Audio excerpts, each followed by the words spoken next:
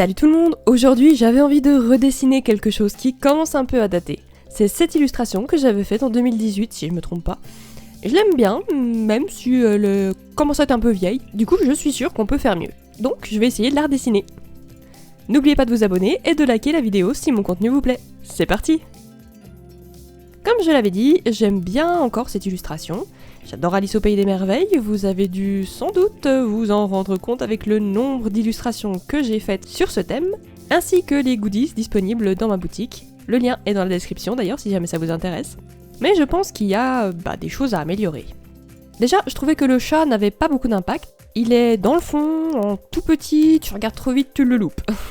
On va donc l'incorporer un peu mieux dans l'illustration en le plaçant derrière Alice, comme s'il la poussait dans la bonne direction. Je voulais garder cette idée qu'il puisse disparaître à sa guise, du coup je l'ai un peu déconstruit. Une de ses pattes repose sur l'épaule d'Alice, une autre lui montre la direction à suivre, sa tête flotte dans les airs et sa queue reste en arrière, comme si elle avait oublié de suivre le reste du corps. J'ai gardé la même idée pour la pose d'Alice, je l'ai juste légèrement modifiée pour qu'on comprenne bien qu'elle est poussée dans une direction par le chat. Sa tenue est la même, c'est Alice après tout, robe bleue avec manches bouffantes, nœud sur la tête et petites chaussures avec socket. C'est à peu près toujours comme ça que je la dessine.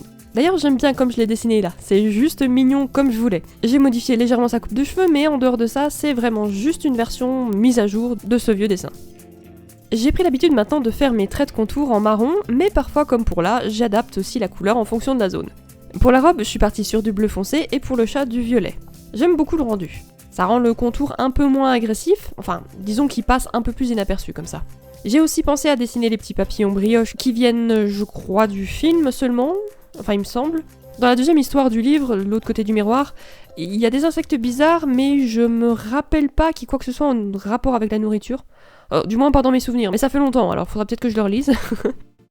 Pour le fond, j'ai tenté de rester le plus proche possible de mon idée de base.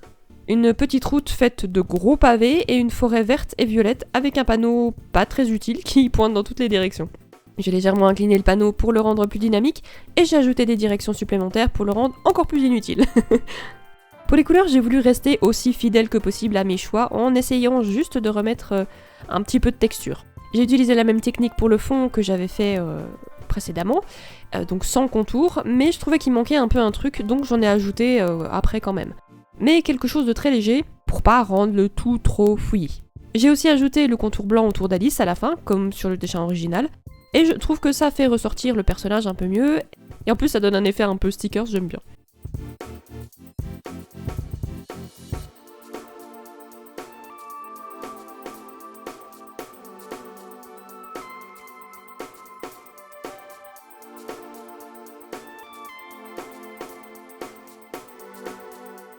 Et voilà la différence entre la vieille version et celle d'aujourd'hui. Vous en pensez quoi? Laquelle est la plus réussie selon vous? Moi je penche plus pour la nouvelle bien sûr. J'aime beaucoup son visage et je suis contente avec les couleurs. Et voilà, c'est la fin de la vidéo. N'oubliez pas de laisser un like si vous avez aimé et de vous abonner pour plus de contenu dans ce style. À la semaine prochaine, bye bye!